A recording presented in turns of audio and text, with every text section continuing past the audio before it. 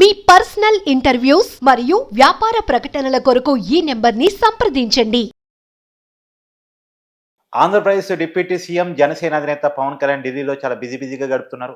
ఇవాళ 4-5 కేంద్ర మంత్రులతో వరుస భేటీ నిర్వహించబోతా ఉన్నారు. రేపు ప్రధానమంత్రి మోడీతో స్పెషల్గా భేటీ కాబోతున్నారు.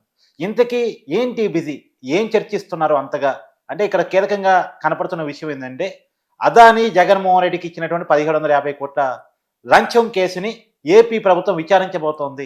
స్పెషల్ ఎంక్వైరీ టీం నియమించబోతోంది. కాబట్టి ఇది అదానితో ముడిపడిన అంశం. అందులోనూ కేంద్ర దర్యాప్తు సంస్థ సిక్కీ కూడా దీంట్లో ఇన్వాల్వ్ అయి ఉంది. కాబట్టి కేంద్ర పెద్దలకు చెప్పిన తర్వాతే ఎంక్వైరీ చేయాలి, ముందుకెళ్లాలనే ఆలోచనతోటి కేంద్ర పెద్దలతో చర్చలు జరుపుతున్నారు. రేపు మోడీతో కూడా మాట్లాడబోతున్నారని తెలుస్తూ ఉంది. ఇది ఏ విధంగా ముందుకు వెళ్ళే అవకాశం ఉందో తెలుసుకునే ప్రయత్నం చేద్దాం.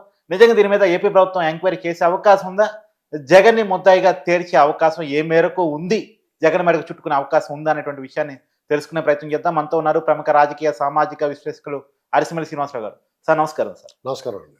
సార్, అదానీ కేంద్రానికి బీజేపీకి కావాల్సినోడు మీకు తెలుసు. ఇప్పుడు పవన్ కళ్యాణ్ గారు ఢిల్లీ టూర్ అనేటువంటిది రాష్ట్రానికి సంబంధించి అనేక ప్రపోజల్స్, ఇండెంట్లు ఇవన్నీ పట్టుకుని వెళ్తారు. కావాల్సిన పనుల గురించి కూడా, నిధుల గురించి ఆయన పర్యటన ఉంటుంది. ఒక్క జగన్మోహన్ రెడ్డి లేకపోతే అతని సెక్కి మీద జరిగిందని అదాని ఈ కేసులో పర్టికులర్గా వెళ్లాల్సిన అవసరం వీళ్ళకి లేదండి. చాలా మంది ఏమంటున్నారంటే అదానీని ఏమంటలేదేంటి, అదానీ అవి రద్దు చేసేయచ్చు కదా. మనకెందుకండి, ఇక్కడ జవాబు చెప్పాల్సింది ఎవరు? చంద్రబాబు నాయుడు గారు, పవన్ కళ్యాణ్ గారు కాదు. సమాధానం చెప్పాల్సింది జగన్మోహన్ రెడ్డి చెప్పాలి. 1750 కోట్లు ఎంతో వాళ్ళు కొట్టేసాడు, వాళ్ళు లంచం ఇచ్చాడని అక్కడ వాళ్ళు రాసిన తర్వాత అప్పుడు ముఖ్యమంత్రికి అంటే ఇతనే కదా ఉన్నాడు. లేదా మరి ఇతనికి మనకు తెలియకుండా ఇతను ముఖ్యమంత్రి కాకుండా ఎవరన్నా మేనేజ్ చేశారా, అది కూడా చెప్పాలి. అప్పుడు ముఖ్యమంత్రి అంటే అఫీషియల్గా ఇతను కాకుండా వెనకాల నుంచి ఎవరైనా అంతపురం నుంచి ఎవరైనా మేనేజ్ చేస్తున్నారేమో కూడా అదే మాట అతనే చెప్పాలి. కాబట్టి ఏం చేయాలంటే ఆ ప్రెస్ మీట్ పెట్టి జగన్మోహన్ రెడ్డి నేను తీసుకోలేదు అని చెప్పాలి. ఎక్స్పెక్ట్ చేస్తున్నారు జగన్ నుంచి మీరు? ఒకటి, లేదా తీసుకుంటే తీసుకుంటాను, తప్పే ఉంది, అక్క చెమ్మలకి పెడతానికి అని చెప్పచ్చు. అబద్ధాలే కదా మాట్లాడేదాడు. అంతేగాని చాలా మంది ఇప్పుడు టీడీపీ వాళ్ళు కూడా వాళ్ళ ట్రాప్లో పడకూడదు. చాలా మంది విశ్లేషకుల పేరుతో, మేధావుల పేరుతో టీవీ డిబేట్లోను వామపక్షాలు కూడా కొంతమంది సిపిఎం వాళ్ళు చూడండి జగన్ గురించి ఏమనరు, అదాని అంటారు. ఈ టైపు ద్వైతీ భావన ఉండకూడదు. అటు ఇటు స్ట్రైట్గా మాట్లాడండి.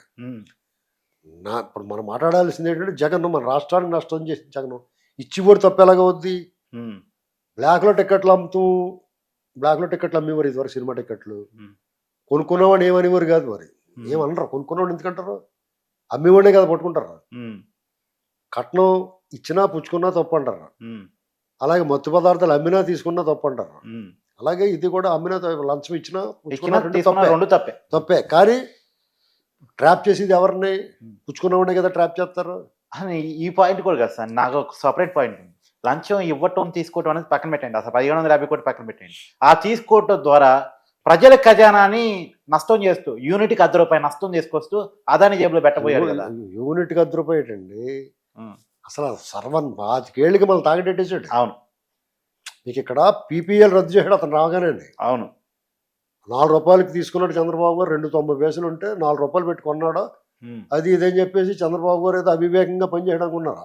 6.90 అయిపోయినప్పుడు ₹6.90 సవక, ₹4 సవక, ₹4 చౌక. ₹4 అంటే పెర్మనెంట్ గా కాంట్రాక్ట్ ఉన్న ₹4 సప్లై చేయాలి అవతల. అవును. ఆ పవర్ కంపెనీలన్నీ. అవును. ఇతను ఎప్పుడైతే రద్దు చేసాడో వాళ్ళు సేఫ్లోకి వెళ్ళిపోయారు. అర్థమైందా మీకు? అవును. ఇతను రద్దు చేసినా కానీ ఇప్పుడు మళ్ళీ సచిరెడ్డి వాళ్ళ దగ్గర కొన్నాడు రేట్ ఎక్కువ పెట్టి. వాళ్ళకి లాభం చేసాడు. ఇతను చేసిన అవివేకమైన పని వల్ల భారం ప్రజల మీద పడింది. అదే కనుక చంద్రబాబు నాయుడు గారు ఉంచిన రేటు ఉంచితే ఇతను కరెంట్ పెంచాల్సిన అవసరం లేదు. అందుకనే చంద్రబాబు గారు చెప్పారు కరెంట్ విద్యుత్ బిల్లులు పెరగవు, నేను పెంచను, అవసరమైతే తగ్గిస్తానని చెప్పాడు ఆయన. మామూలుగా రేట్లు పెరిగినప్పుడు ఇది తక్కువ రేటుకి వచ్చినప్పుడు తగ్గించే అవకాశం ఉంటుంది కదా. గ్రీన్ ఎనర్జీ పేరుతో సోలార్ ఇలాంటివన్నీ పెట్టి అన్ని ధ్వంసం చేయించాడు, వాళ్ళందరూ పారిపోయి చేశాడు. అవును పోలవరంలో ఐడల్ ప్రాజెక్ట్ పూర్తి అంటే మనకు జల విద్యుత్ వచ్చేది. అవును ఇలాంటివన్నీ వాటిని పోగొట్టేటమే కాకుండా ఇతని దగ్గర 1750 కోట్లకి లంచం చేసి వాళ్ళు అల్లిపోయారు. మన రాష్ట్రానికి కావాలంటే ఓటర్లు అడుగుతున్నారా బాబు, వీళ్ళు కమిషన్ కాదు, అవును ఎప్పుడన్నా కమిషన్ అడుగుతారు. అవును కాంట్రాక్ట్ కావాలనుకోండి ఎంత కొంత పర్సంటేజ్ ఇచ్చి కాంట్రాక్ట్ చేసుకోమంటారు. అలా కాకుండా వాటా ఇచ్చేయమంటున్నారు పెట్టుబడి లేకుండా.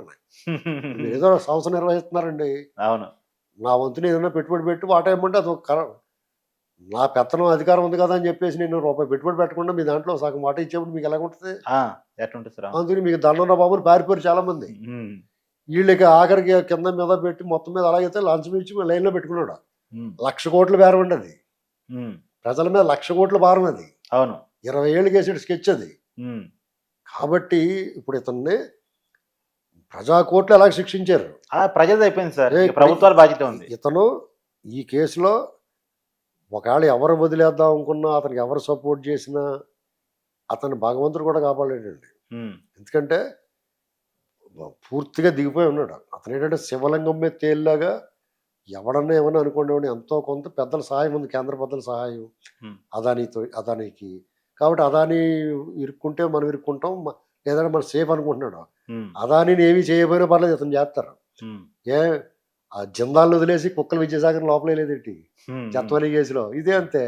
అద్వాని వదిలేసి లోపల పడతాడు. నువ్వు ఎవడు అడుగుతాడు, ఎవడరా మమ్మల్ని అడిగేది అంటారు. నువ్వు ఎలా బిహేవ్ చేసావు, వాళ్ళు అడ్డుకోలికి వెళ్తే నువ్వు తట్టుకోగలవా? నేను ఎవడు కాపాడుతాడు కదండి. అవును అదానితోటి మనకేం సంబంధం? అతను మనకు మొర్రీ లేదు. నువ్వు మన రాష్ట్రాన్ని నమ్మేసావు, మన ప్రాపర్టీ నష్టం చేయని నువ్వు నిన్నే పట్టుకుంటారు. అదానిని కూడా చేయొచ్చు ఏంటండి, అది దేశం మొత్తం మీద అతను ప్రతిష్ట భాగం వెళ్తే వాళ్ళు చూసుకుంటారు. చూసుకోకపోతే వాళ్ళకి చెడ్డ పేరు వస్తుంది. నేనేమి చేయకపోతే వీళ్ళకి చెడ్డ పేరు వస్తుంది, అతను ఏమి చేయకపోతే వాళ్ళకి చెడ్డ పేరు వస్తుంది. అర్థమైందండి? అవును అర్థమైంది సార్. అది ఇప్పుడు రాష్ట్ర ప్రభుత్వం వైపు నుంచి ఎంక్వైరీ ఉంటుందా ఉండదు? ఎందుకు ఉండదండి, దీనికి ఎంక్వైరీ ఎక్కలేదు, ఓపెన్గా అతను లోపల నడరా అని తీసుకుపోతారు అంతేనా? అంతే. ఇతర విషయాల్లో పెద్ద ఎంక్వైరీ చేయక్కలేదు. అంటే దీనికి ఫార్మాలిటీస్ ఉంది, ఎంక్వైరీ చేయాలి, గవర్నర్ పర్మిషన్ తీసుకోవాలి. 17A